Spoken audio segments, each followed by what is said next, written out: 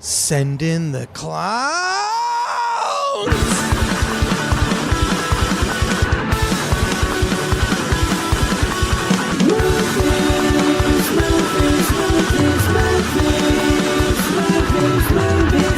Welcome to the Film Threat Podcast. I am Chris Gore, joined by Anthony Ray Bench. How's it going, everybody? And special guests, Zach Haddad.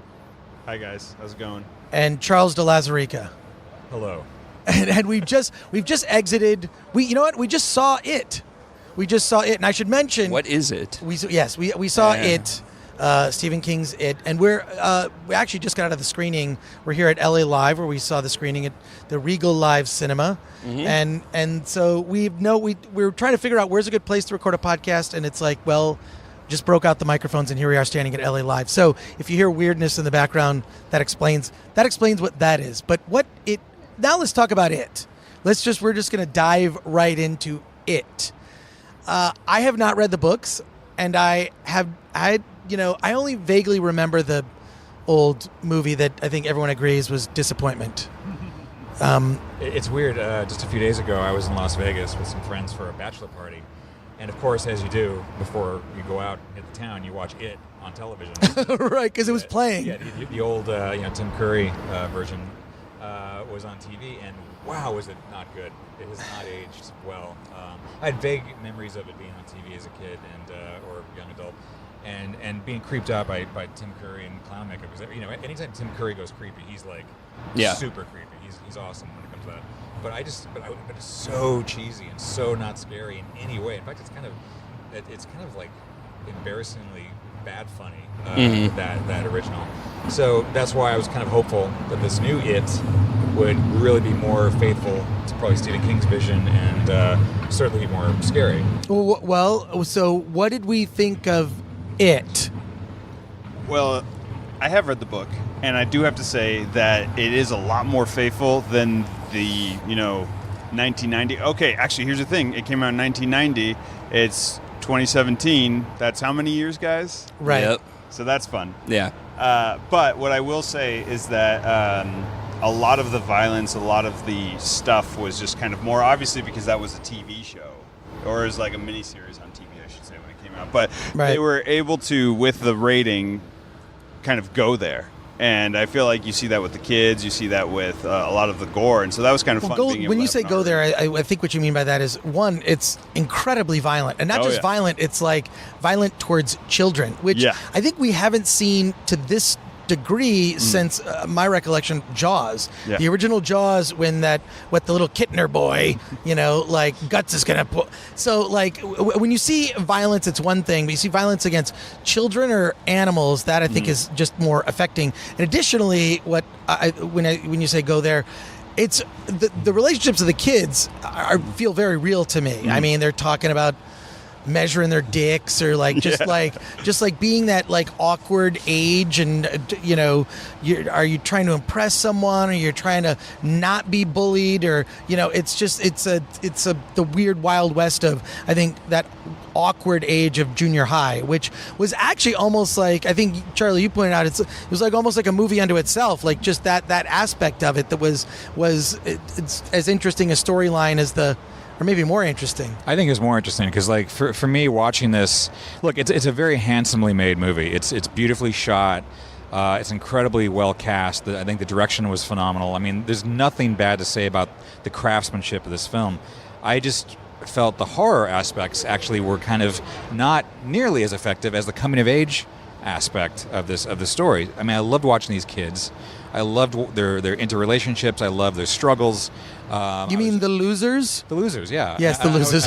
And I was rooting for them at every turn, but never once did I feel like they were in danger, even though they kind of were. I mean, there's definitely plenty of examples, as you say, violence towards kids in the film. But the horror part of it was very visual effects heavy.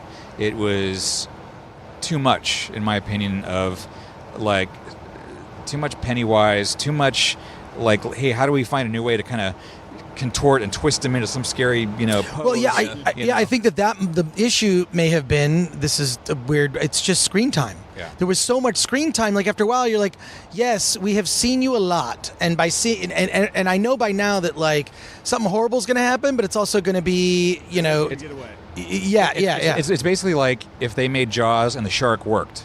Right, they showed too much of the If shark. the shark worked, that shark would have been all over that movie. The fact that the shark didn't work made that film the masterpiece that it is because it was left to your imagination. This film doesn't leave much to your imagination when it comes to Pennywise or the other kind of horror elements. They're beautifully executed, no doubt about it. The artistry on display is fantastic. It's just that I really enjoyed the kid's story more because it felt honest, it felt real, it felt true, whereas all of like the kind of clown effects, it was like as I mentioned earlier, it was like Goonies Goes to Hell. It was like a bunch of cool kids you like going to a really scary fun house, but eventually they leave the fun house and they're high five and everything's fine. It's funny that you brought up Jaws because I haven't read the book since I was like 12. Zach, when was the last time you read the book? I was like 15 or 16. Yeah. You might be able to validate this. There isn't a lot of Pennywise in the book, actually, like as the clown. He more manifests as their fears, and I would have liked to see more of that because that's not, the weird, goofy CG stuff. Yeah, that's... sorry, go ahead. Yeah, like I would have liked to see more of the leper kind of stalking in the background. Every time they showed it up close, I was like, oh, God. That was exactly my thought. Give me more of the leper. I wasn't thinking... Fair enough. But Pennywise, I Play think... on their fear more. And don't Right. with the clown. The one thing that really scared, the thing that came closest to scaring me was that twisted woman or whatever it was in the painting. Right, That yeah. weird painting creature thing. That kind of almost got me scared. Not quite, but almost. Not me. I was the opposite. I was like, that's the dumbest looking thing in this movie. Really? Yeah. I don't know, I man. couldn't get behind when I it. see But uneven eyes and face and things like that, especially because it was, it kind of reminded me of the nun in Conjuring 2 in a way. It was like this kind of like creepy specter, but like it's so wrong in every possible way, and yet there it is in quote unquote reality of the situation. So Like a thing that shouldn't physically exist in the real world is just right there in front of you, contorting and whatnot. It was a little like, what I did like, it was the era that it was set, which was 1988, 89, 90, sort of that period of time, which was really great. I mean, it was sort of like, is this sort of the last innocence? It was, I mean, just some of the, they went, They go through they a don't lot go of shit. skinny dipping, but they go like in their, pretty close, like in their underwear out in a, in a, yeah, I don't know. It wasn't a lake. Quarry more of a with- quarry. yeah. Like, yeah. It was reminded me of Breaking Away a little bit, which is a underrated film that everyone has forgotten about except for me and Charlie because he's nodding and he knows what Breaking Away is. well, of course, there's a connection between Breaking Away and It, which is in the 1990 version. Dennis Christopher was in that, and he was also in Breaking Away. So it all comes together. Oh my gosh. Yeah, no, Breaking Away, like a film that, God, I remember when it came out, it was like a phenomenon. It was incredible, and that movie's gone virtually forgotten, unfortunately. It's, I don't know. I just, that just is I a feel classic the same way still about to me. The Artist. Does anybody talk about The Artist anymore? No. Exactly. But that movie one year won all sorts of stuff, right? And had like a bunch of fanfare and Well, there's Oscars going to and be shit. the artist connected universe. I think that's yeah, going to yeah, be coming never. Then they're going to reboot it. It's gonna be the movie with just the dog. Yeah, but this movie has gotten a lot of play, just in a viral sense with the campaign with the red balloon. Have you seen they're like little red balloons tied in odd places just around, and there's that It experience, which is at the corner of Hollywood and Vine, where you have to have an appointment to go. And it's kind of like one of those things that you would see at Comic-Con, except this isn't at Comic-Con. It's actually right there for anyone in the public to go to. I actually have a story about this. Okay, so did you go to it? The Yes. It experience? So to Yes. speak? Okay, so a couple nights ago, me and some friends went to Scum and Villainy right there in Hollywood. And as we're leaving, there is somebody in a slicker. It's this kind of little lady in a yellow slicker, but on her back is Pennywise. It's like a little like robotic kind of puppet thing that's just walking around with her, and like, what's going on? And she's like, you all float down here, which that's all they say. But like right around the corner is this it house. But as this is happening and this woman's walking around with the slicker, one of my friends freaks the fuck out, just goes mental. She's like, oh my God, I don't want to see this movie. And she just runs across Hollywood, just like trying to get away from traffic, and her boyfriend's like, I gotta go follow her. And it was just kind of from like, being drunk and ridiculous, but like it freaked her out that much. And I was like, oh, she didn't even go inside the house. Well, I mean, which look, we then did. Between Killer Clowns from Outer Space, the new season of American Horror Story, Poltergeist, they're clowns. I mean, you cannot be a working clown. This is basically put clowns out of business. Although I do remember there was a study which was actually done. They asked 200 children, "Do you want a clown for your birthday party?" And 100% of the children said no. And this was like a study that was being done to like promote, like, have a clown at your birthday party.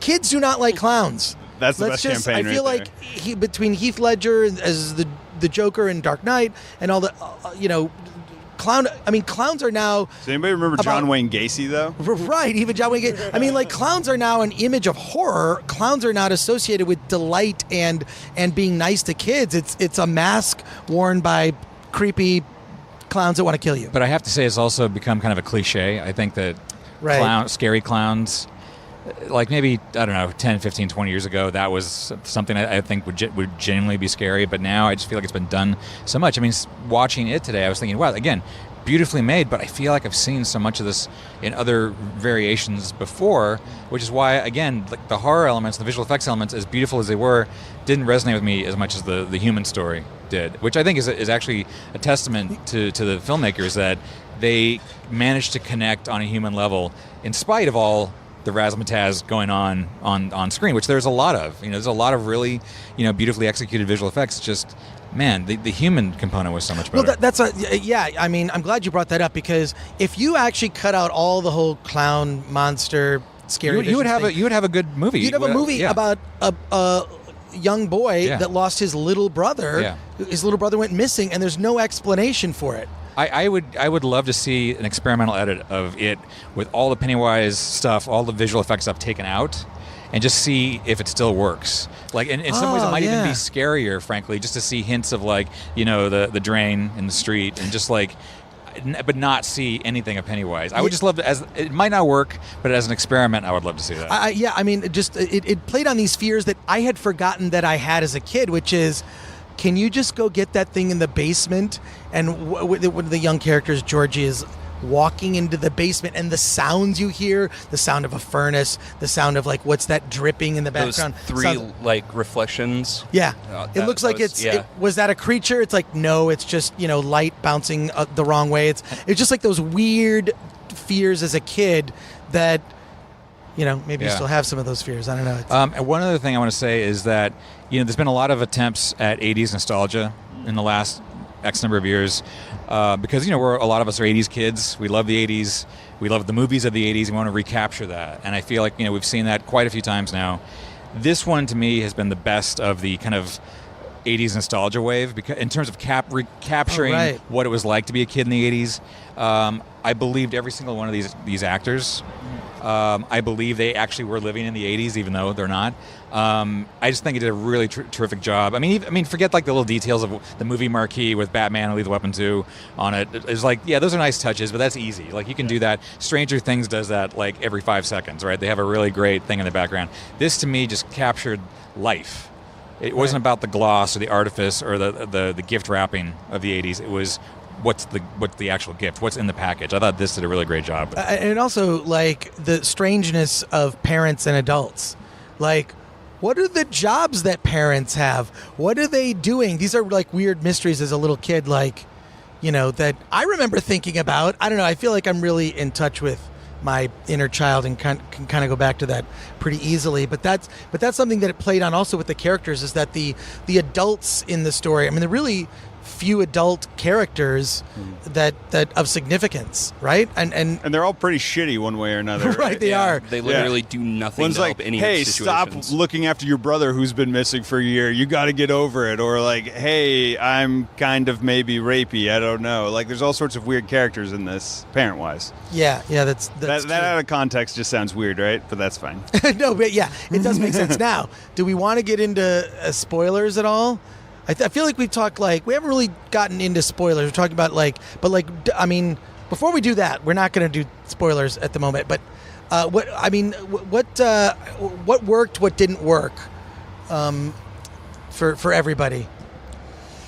I mean, it's kind of the same thing that we've all been talking about here, is that the focus on effects in modern horror sometimes can be a mixed bag. And while I did think that there were some scares that worked, like I did jump a couple times, to be honest with you, but there was a lot of things that didn't really work with me in terms of the effects usage in that. And well, I think it's digital has become a crutch. Yeah. And I feel like there's a short list of directors I feel that are able to restrain themselves, and I think Chris Nolan being among them, where digital is used like this is the only way it can be achieved, or it's used as an enhancement or digital removal of other elements. I feel like that's a good use of digital, but when it's something actually looks digital, I feel like it's no longer scary. Yeah. It's no longer scary because no matter how great digital effects are, still your brain just processes it as that's a digital effect. It can't hurt me.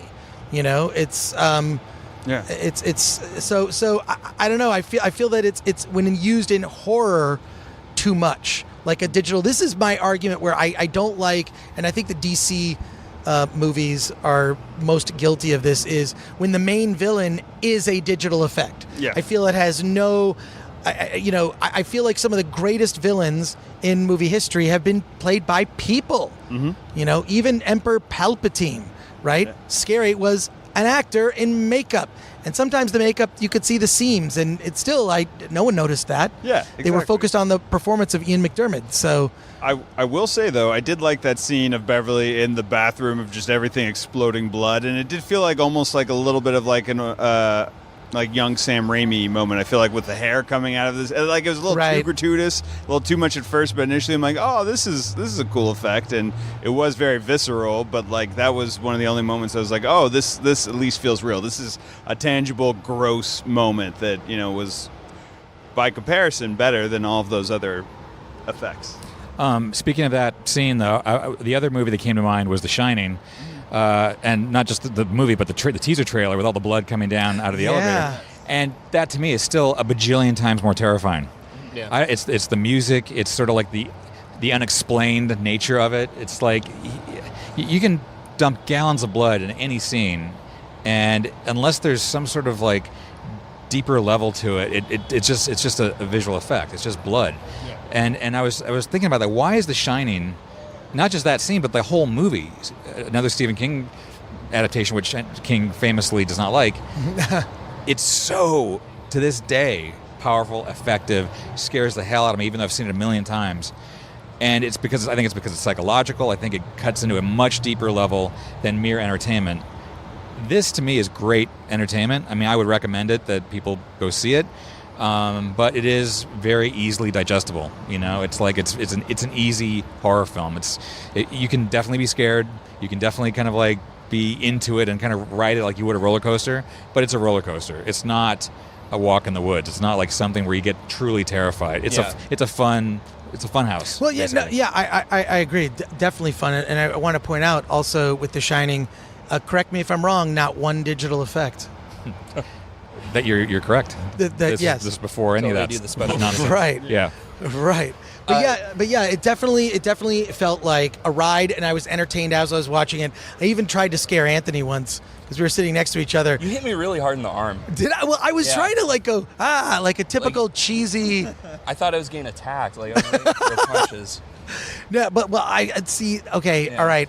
The jump scare. I just wanted to give you the jump scare, but also as a brother with sisters, that was my forte, was to freak out my sister by trying to scare her with cheap gags like that. See, I hate jump scares, and I think this movie was way too heavy on them. Like most of them were predictable. I think the ones that got me weren't even like, oh, they got me. It was just like, oh, I wasn't expecting them to do that. I was expecting them to do this.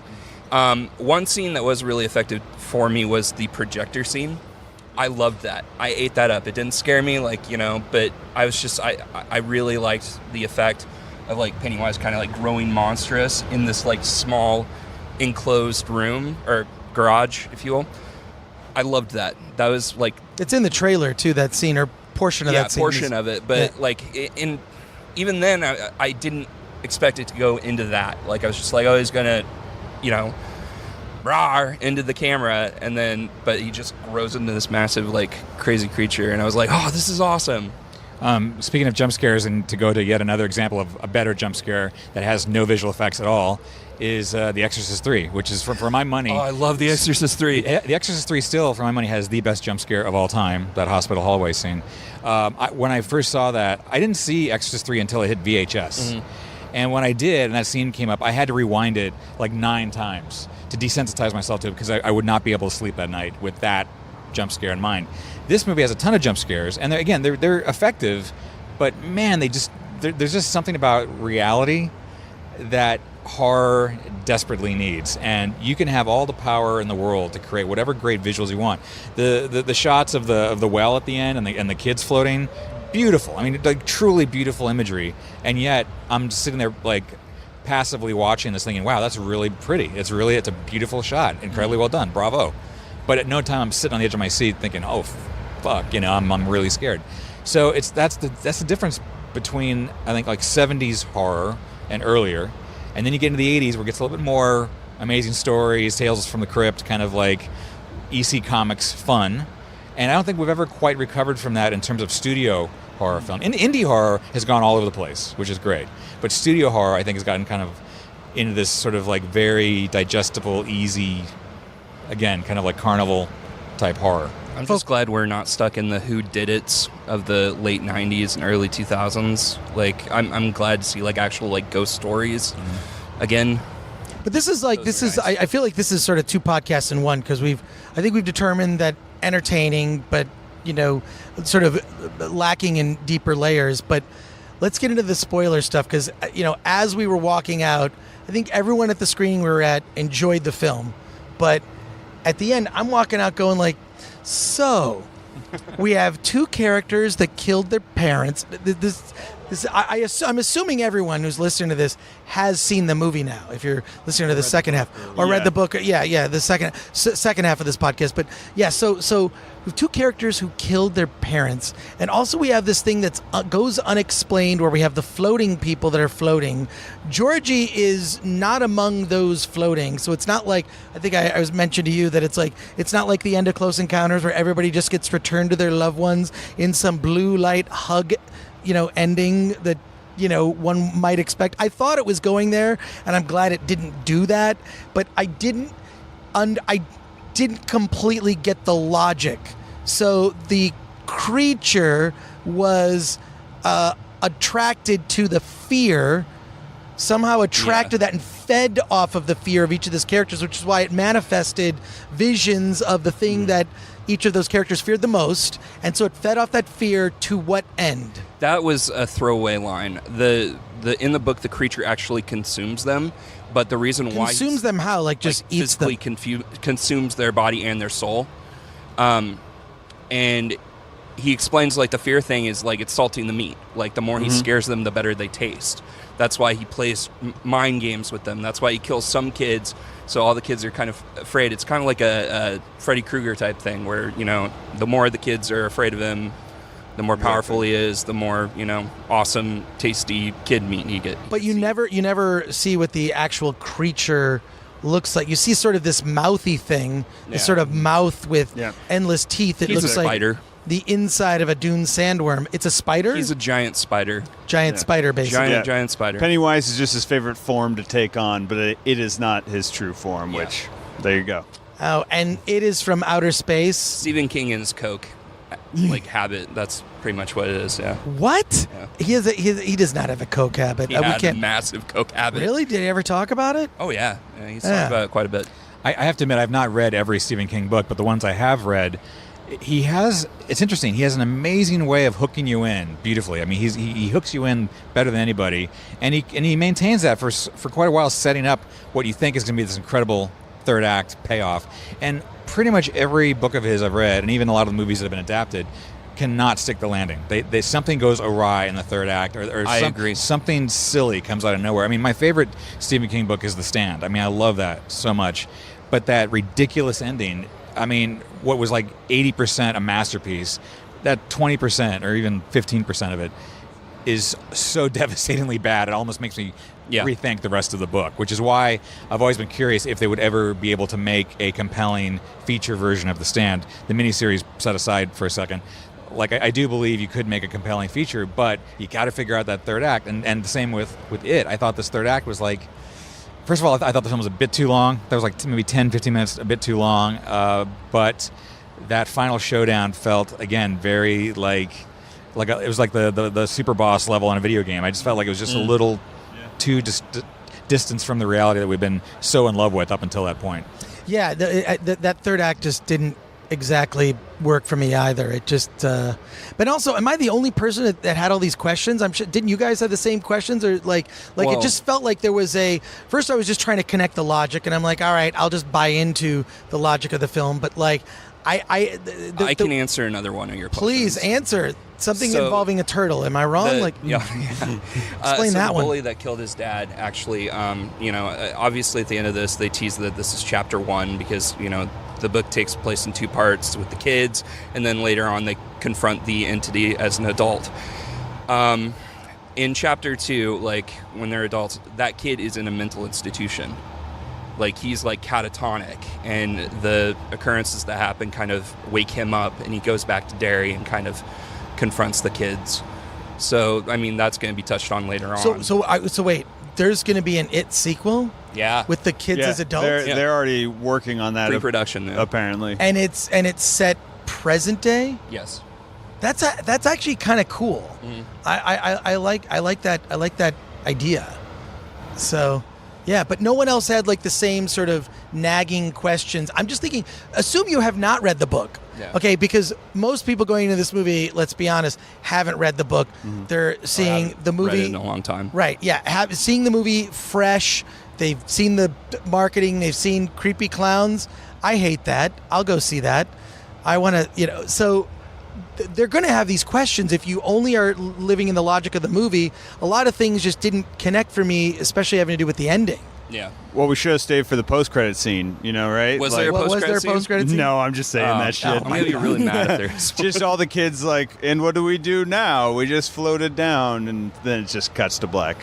I think they actually do reveal the adult actors at the end of it, and they're all eating like shawarma at the end. Right.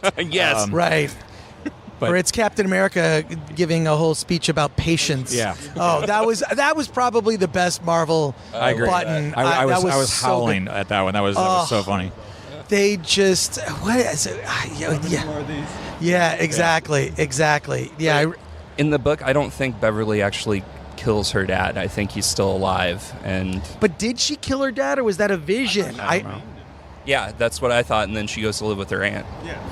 And then she comes back to meet up with all the losers. Yeah. I don't remember her killing. Because, dad's raping her. Not a good thing. He looks pretty dead in this movie. It was pretty, that stuff just, I thought was, like you pointed out, Charlie, forget Pennywise and the digital effects and whatnot. There's actual horror that these kids have to deal with. Mm-hmm. The bullying, right? Those bullies were creepy. Like, just horrible parents. The loss of a loved one and trying to deal with that. So there's actual real life horror that a lot of the characters were dealing with in their old the this sort of pudgy kid who was kind of I really identified with him. He was my favorite. He was so good. I totally identified with him. I mean, John Ritter played the adult version of him in the miniseries. Yeah, that was John Ritter with his black leather vest. Mm-hmm. I totally identified with him, and I felt sorry for him because it's like I feel like he put in the most work. Right. You know, towards winning over everybody, but especially the girl. I thought like he really earned it in terms of like his place in the group. And I feel like everyone else just kind of like fit their molds, you know, but he really tried, you know. He got stabbed like a bunch of times. Yeah. Sliced. Yeah. God. And that scene where the bullies, you know, they're doing target practice with a gun and they line up the cat to shoot the cat. Oh yeah, that was dark, man. That was some dark shit. That actually scared me more than anything. But I knew creepy dudes like that. And what was weird was then you began to see like where the seeds of the bullying came from, which is abuse from his own father. So you had many of the parents, you know, abusing their children in some form or another. So, I mean, that was, and I remember I had not a similar experience but I remember just this bully that was just so annoying in school, and then finally seeing the relationship with his father and that kid, and I saw like, oh, that's where the bullying comes from. Like, I remember like that sort of moment of understanding of like, oh, and empathy for like, oh, he's getting it far worse at home than I'm getting it from him during school. I feel like that's kind of a recurring thing. You know, that scene just made me like smile, like because I literally did stuff like this as a kid. The rock fight scene. Yeah. Oh yeah, that was great. This feels so genuine and like. And even like the music, but they actually made it like again, it started off as an incredibly tense, potentially deadly situation, and it became like this kind of fun memory from childhood, you know. The only thing missing was like somebody needed to get hit in the eye, and then I'm gonna tell mom. Yeah. Or you're gonna pay for the hospital bills. Yeah. Does anyone still use that? Hello, is this thing on? Nothing. I loved the profanity. I thought the kids were. I mean, that was like hard R profanity from little kids.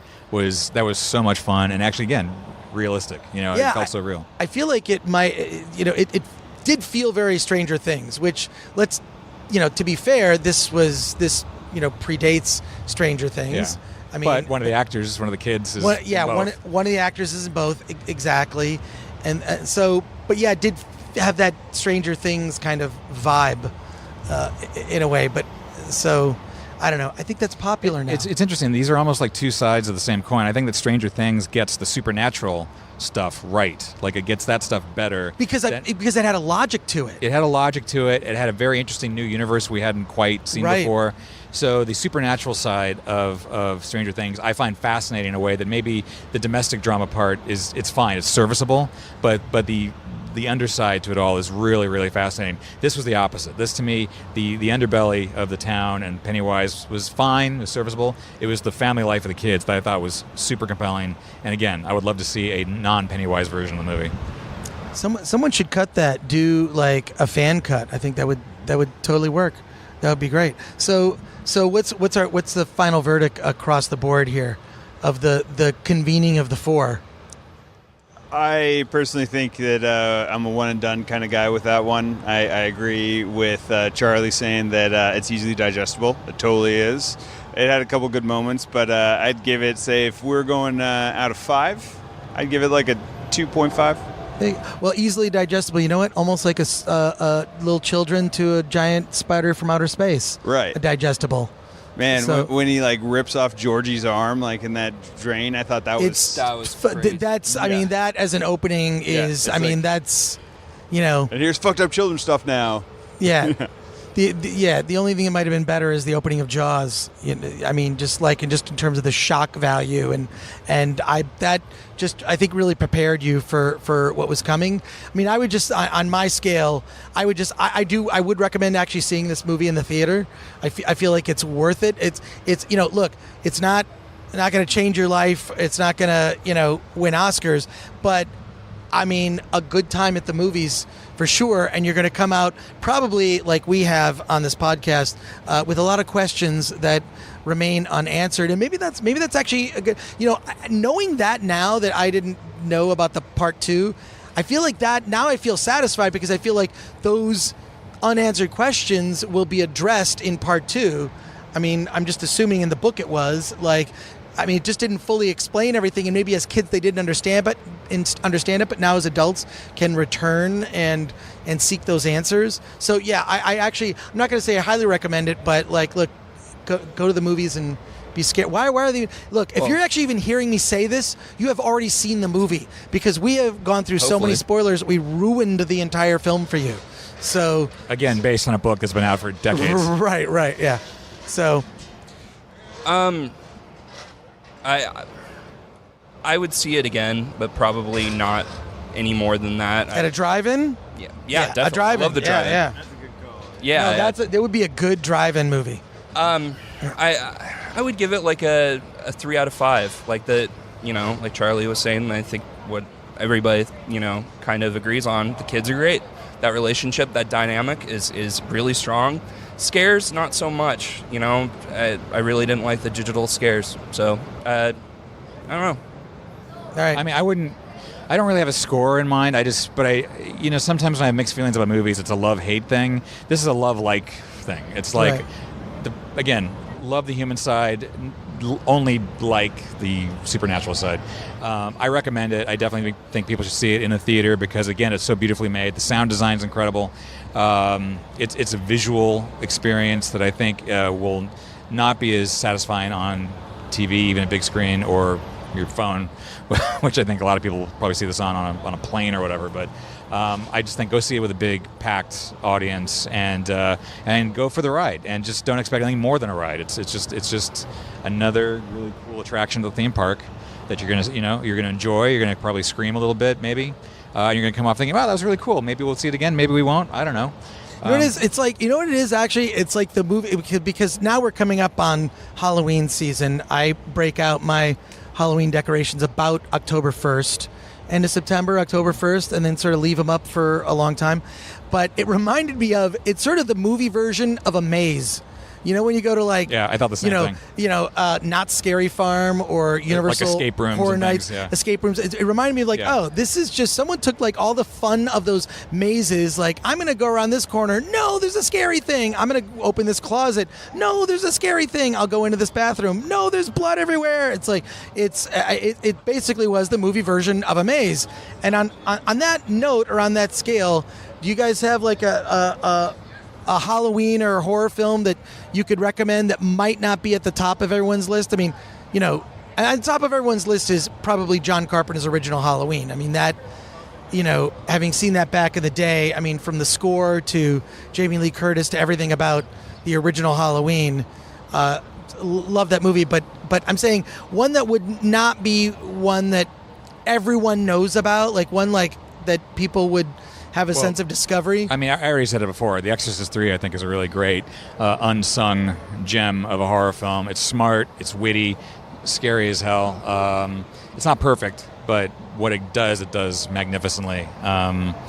You always do this. You always like throw these curveballs. Throw out no preparation, no time to even think about it. Yeah, but that's a conversation. This would be like a normal conversation we would have, and then you would, being recorded for. No, it doesn't matter.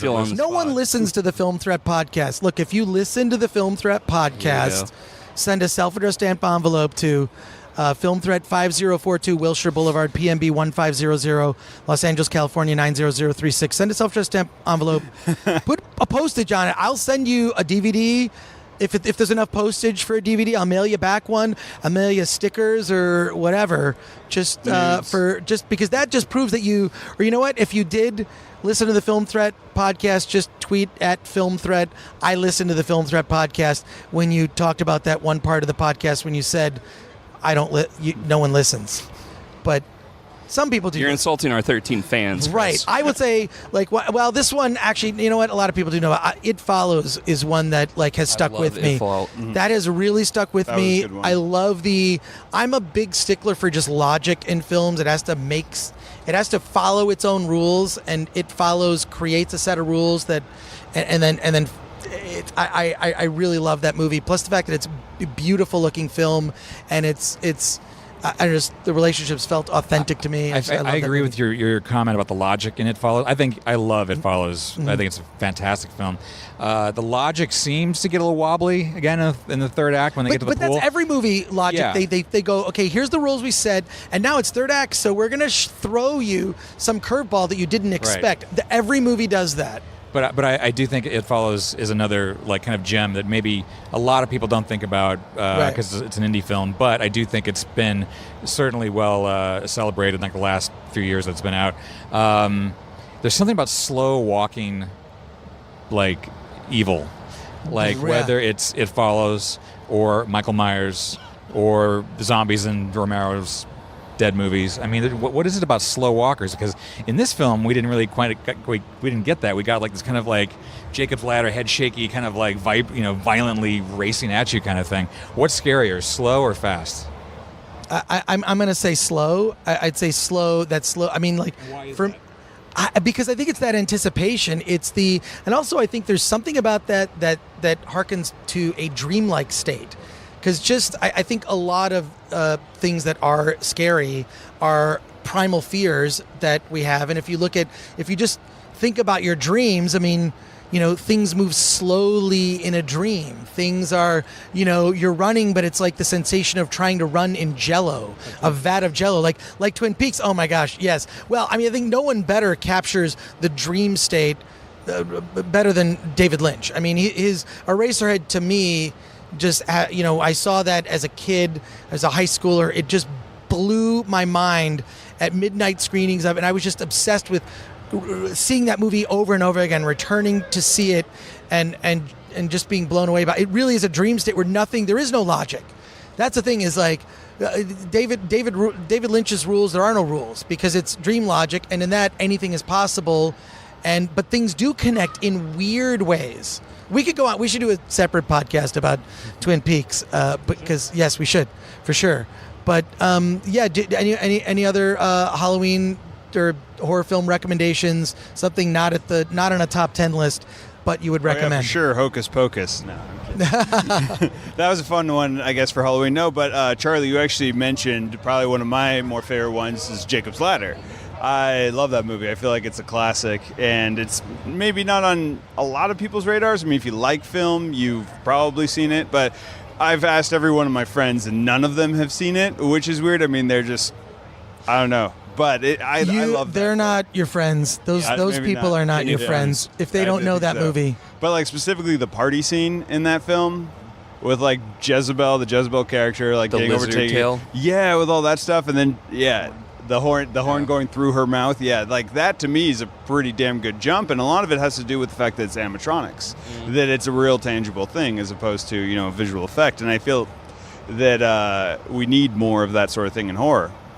So we're not, all just talking about a lot of old movies over and over again. So we have something new that's progressing. I mean, I love talking about old movies, don't get me wrong, but like, what if we had, kind of more of, I don't know where I'm going with this, but no, but more practical effects. Yeah, more practical effects, basically. Yeah. I guess is I'm what on I'm board. getting at. Yeah. All right. Do you have a recommendation? Yeah, Charlie took mine. It was Exorcist 3. I love that movie. But my backup is a movie called L.O.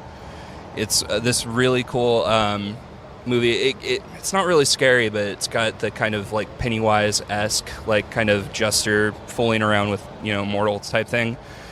It's about this guy who basically like draws a pentagram in the middle of the room, summons a demon, and like just has like this conversation and tries to. I don't want to give anything away, but it's really good. And the other one is Behind the Mask, the story of Leslie Verner. I love that movie. Again, it's not really a strict horror, but it goes straight slasher at the end. But I love horror movies that kind of play with the genre and don't really just do stuff that's already been done before. We were talking about Jacob's Ladder. That made me think of Adrian Lyne, which then made me think of Alan Parker, which then made me think of Angel Heart. I love Angel Heart, and that's another kind of really elegant, adult, intelligent horror film that I think people who love movies know it very well, but people who maybe aren't like cinephiles or don't really follow, let's say, upscale horror films, Angel Heart is certainly one that I would highly recommend. Yeah. Cool. Well, hey guys, so that wraps up our It podcast. Where can we find you all on social media? Because this is now how every podcast ends, right? Like, Charlie de Lauzirika speaking. Yes. I'm at on Twitter at Lauzirika, which is Lauzirika. I don't really use my Twitter that often. you're a wise man. Yeah, I do, however, have Instagram, and it's the Z Haddad, Haddad. Sometimes people don't get that one, but I'm on there, the Z Haddad. That's about it. Don't really use any other social media. Cool. At This Game Cheats on Twitter. That's it. And if you're still listening, Film Threat on everything. And like we like to end the show, let's get out of here. Oh, yes. They float, Georgie. They float. And when you're down here with me, you float down! We really got to get out of here.